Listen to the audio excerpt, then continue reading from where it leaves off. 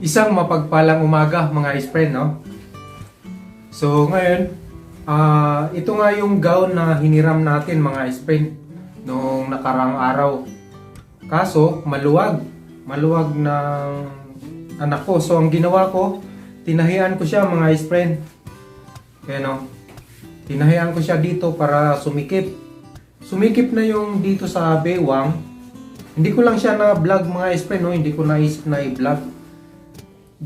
Sumikip na yung bewang. Kaya lang maluwag yung dito niya. So ang gagawin natin, babawasan natin ng konti, tatahian, ganyan. Gamit itong portable na pantahi. Di kuryente mga friend. So sana magawa natin, no, mga friend. Pero bago yan, shoutout muna kay Nanay Riot dyan sa Negros. Kasama sila Lalin, Paring Boards, si Bay Bruno, sa asawa niya si Sweetie, at kay Dong JR. Shoutout sa inyong lahat at sa lahat ng mga Kalamba vloggers. Sa lahat ng Kalamba vloggers, at shoutout na rin kay Sir Boy Saicon, Sir Rodi Garcia, kay Ma'am Chimbori TV, at kay Ma'am Josephine Bopre, kay RR Little Farm, sino pa ba yung iba? Kay Ma'am Frezy Erta, kay Ma'am Sir Wilfredo Erta, at yung isang Erta nakalimutan ko. At sa lahat ng mga Erta family, kay Ma'am LV, shoutout sa iyo Ma'am LB, at kay Ma'am Melba Sakamoto, sa lahat po ng mga OFW na viewer po natin dyan, shoutout sa inyo lahat. At good morning na rin. Sana magawa natin ng tama ito, no? Una, syempre, doon natin isasaksak. Medyo bitin yung ano natin. Ito yung pinaka-pedal natin. Ito yung aapakan natin para tumakbo yung makina. Ito malaking bagay na rin to. Dati nung gwardiya pa ako, kapag mayroon akong bagong uniforme, di na ako nagpapatahi. Ako na yung nagtatahi para sumikip yung uniform ko. Ito yung pedal. Pag inapakan mo to, tatakbo na yung makina. Ilalagay lang natin dito. Siyempre dahil electric siya, kailangan ng kuryente. Sa mga nanay dyan, magagamit nyo to. Madali lang gamitin. Isasaksak nyo lang, pwede na kayo magtahi ng mga damit ng mga anak ninyo.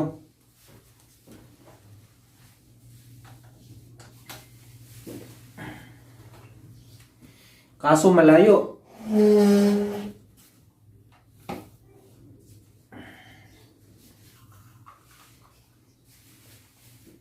Kailangan, pag nagtahi kayo, iangat mo lang to para ilagay yung tela dito. Tapos yung sinulid, itong dalawa kasi itong sinulid. Isang sinulid sa baba, tsaka isang sinulid sa taas. Ito yung sa taas.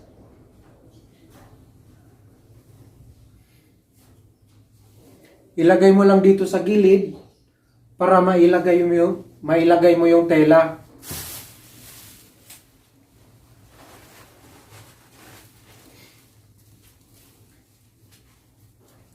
Ito, hiniram lang kasi namin to, kaya bawal itong hiwain o bawasan. So ang ginawa ko, tinahi ko siya pero hindi ko siya ginupit. Ito yung natahi ko, nabawas, pero nandyan pa rin yan. Pagkatapos ng gamitin, pag isasahuli na tong damit, hihilain lang to, matatanggal na to. So ang problema natin, itong dito sa balikat niya, maluwag. So gagawa natin ng paraan.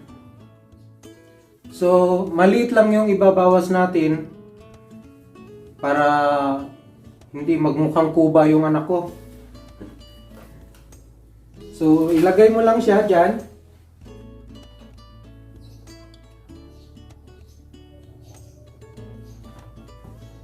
Ito pang DIY lang ito, hindi ito pang professional.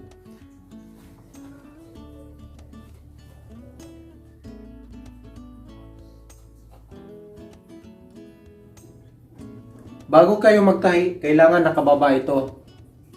Ibaba mo para nakaipit dun sa baba.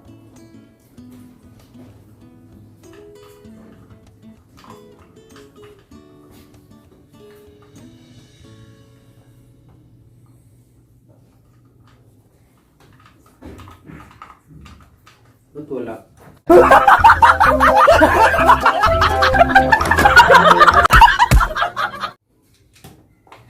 Ba't walang kuryente?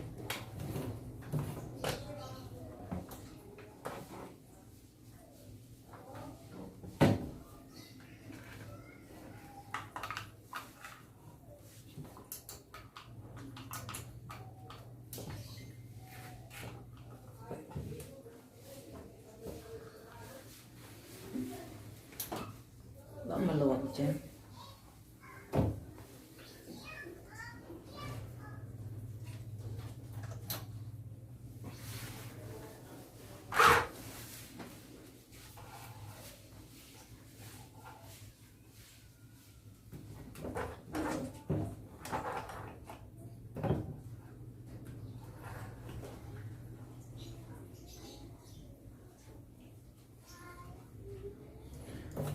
Wala palang kuryente.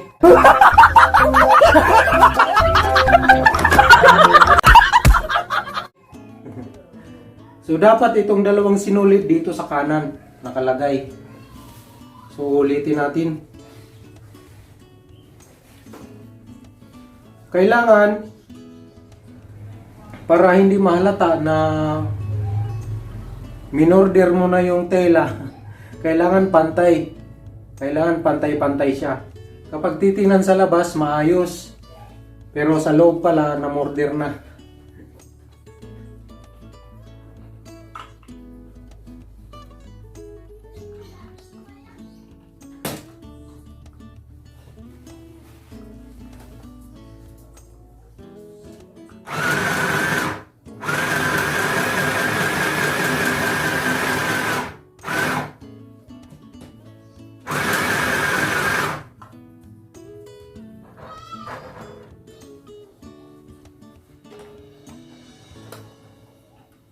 Kapag tanggalin nyo na tong tela, kailangan nakaangat yung karayom niya. Pwede maiikot sa likod para umangat siya.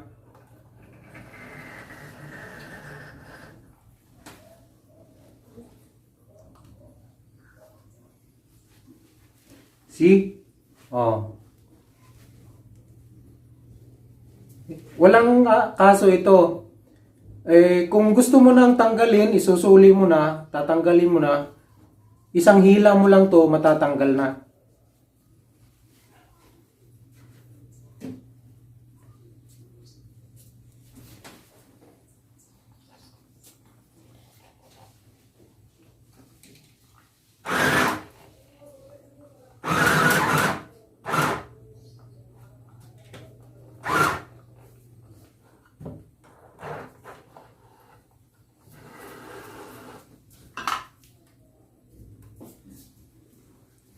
Nilagyan ko lang ng lock para hindi mahalatang may tahi siya.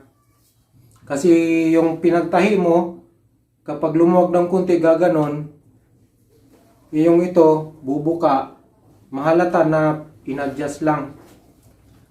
So para hindi mahalata, nilock ko siya. So dito naman sa kabila, sa kabilang balikat,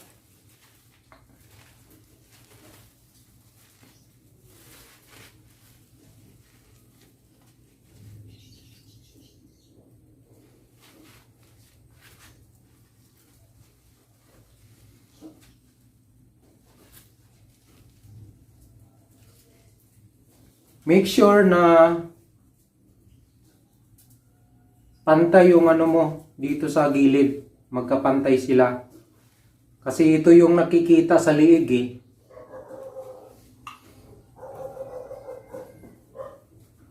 Yung binawas natin kanina, kasing laki lang nito. So, ganito lang din ang ibabawas natin.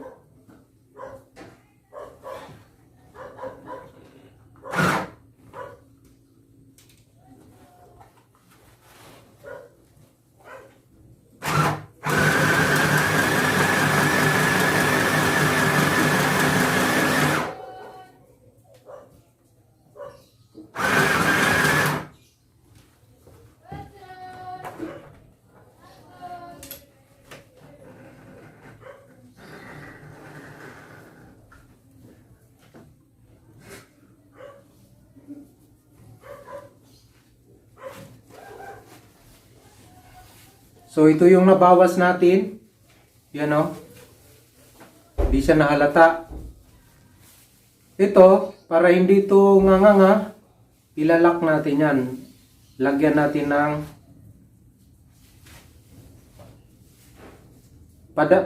pasadahan natin ng konti.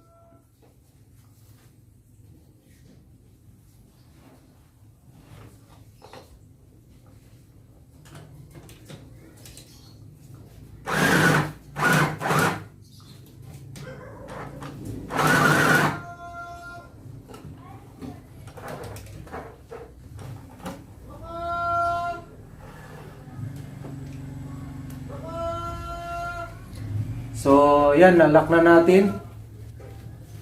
Yan o, ito yung resulta.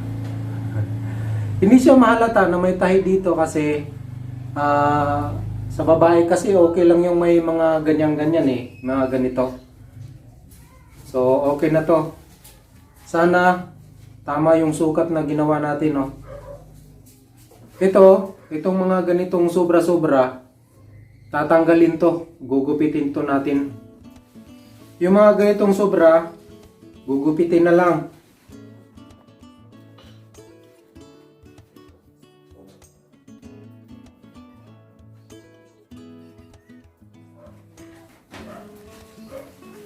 So, okay na mga friend.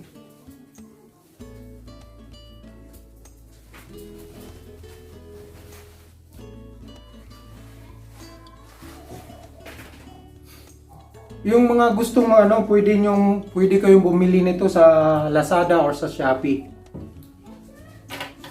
May nabibili ito mga 500 siguro to or 400. Ito lang yung hapakan mo, eh. Ito. O, diba? O, diba nasira?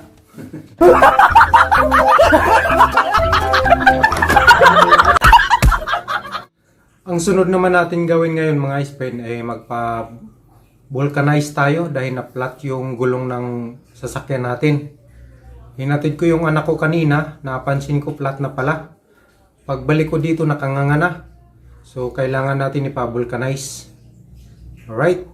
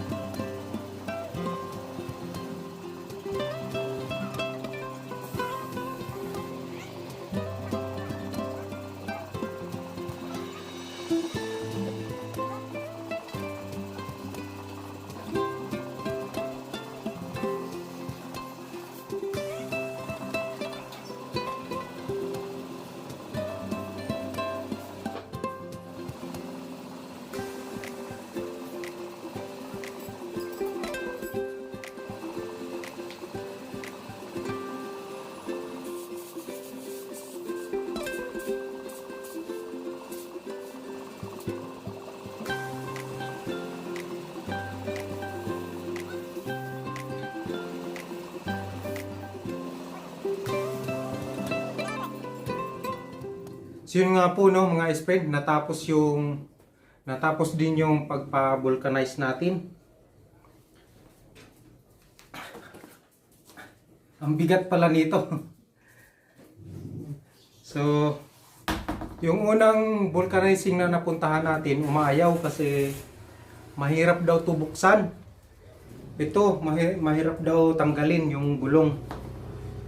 Yung pangalawa naman, ganun din ang hindi nila alam kung paano buksan. Hindi katulad daw ito ng truck. Hindi to katulad ng truck na pwede sungkitin. So, yung pangatlong pangatlong vulcanizing shop, lamang talaga yung may alam, no? Dahil pagdating doon, tinanggap niya. Wala siyang reklamo. Ang ginawa niya, binuksan niya ito. Itong mga tornilyo na to. Tinanggal niya. Walang kahirap-hirap. So, lamang talaga kapag may alam. Ganun lang pala ang gagawin. So, meron pang isang gulong dyan na butas. Tayo na lang siguro ang magtanggal, no? Tapos yung interior na lang yung dadalhin natin doon para di na sila mahirapan. Tsaka mahal. Mahal ang singil kapag sila yung magtatanggal. Sila yung magtatanggal nito, mahal. Abot ng 100. Pero kapag ako yung magtanggal siguro 50 lang. So ikakabit na natin to.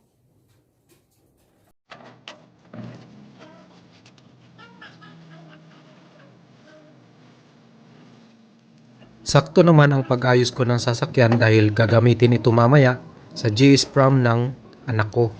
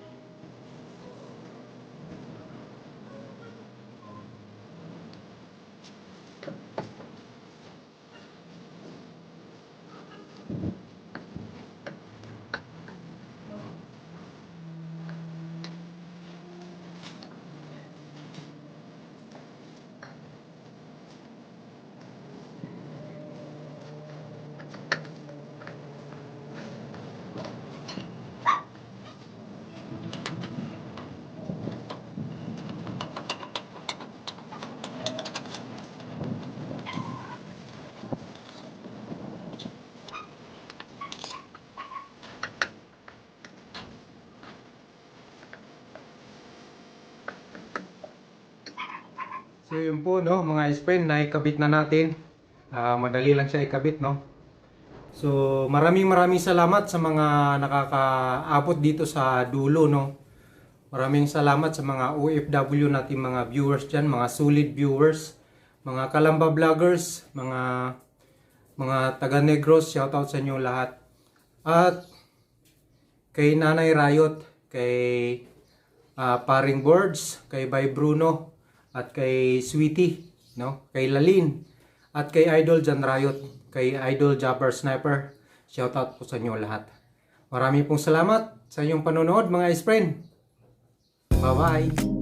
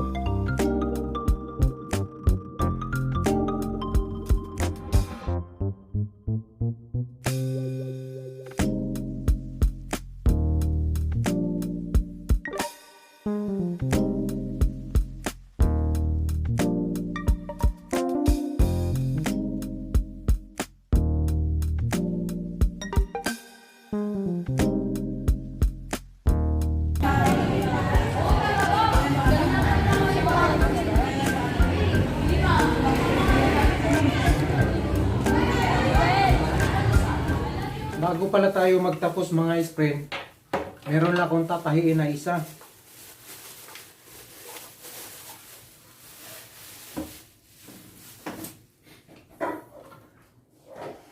Tatahiin ko yung yung kumot ng sasakyan ko. Mga lumutong na eh. Napupunit na.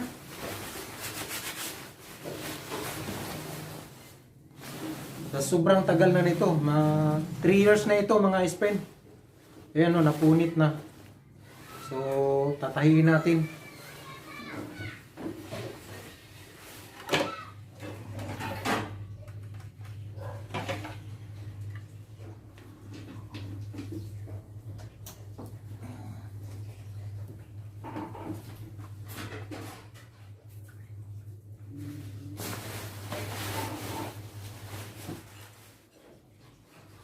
Tahing bara-bara na lang to mga friend.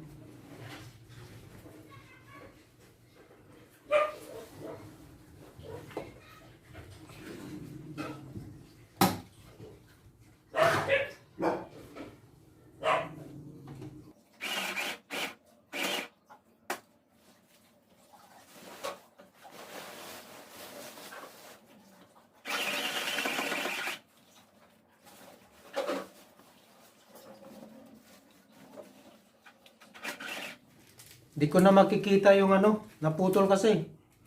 Di ko na yung makikita yung butas ng karayom kaya gagamit tayo ng kapangyarihan.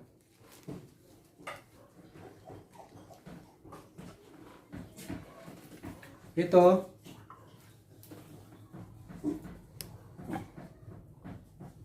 Ito. May to. May sa dulo, ayun o. Ipasok natin ito sa butas. Yan. Kahit di mo titingnan, pwede mo na suot to sa sa butas ng karayom.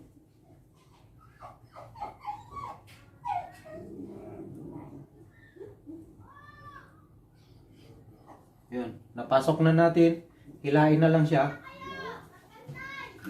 O, diba? Pasok agad. Naputol yung karayom. Karayom. Sinulid pala.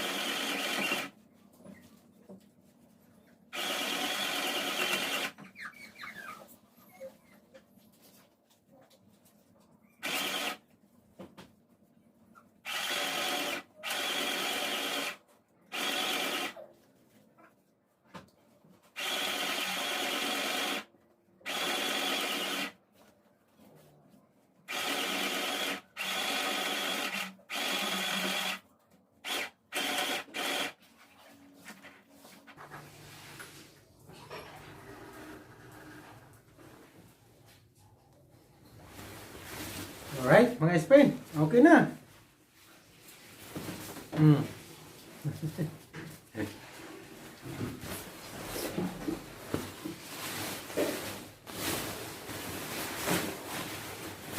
Ang tagal na kasi nitong kumot na to, mga friend, kumot ng sasakyan ko.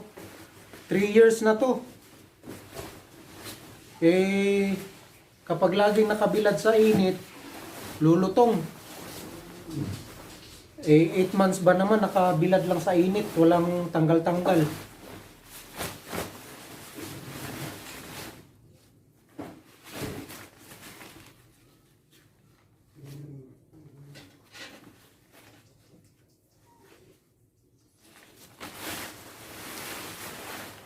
Okay na. Salamat.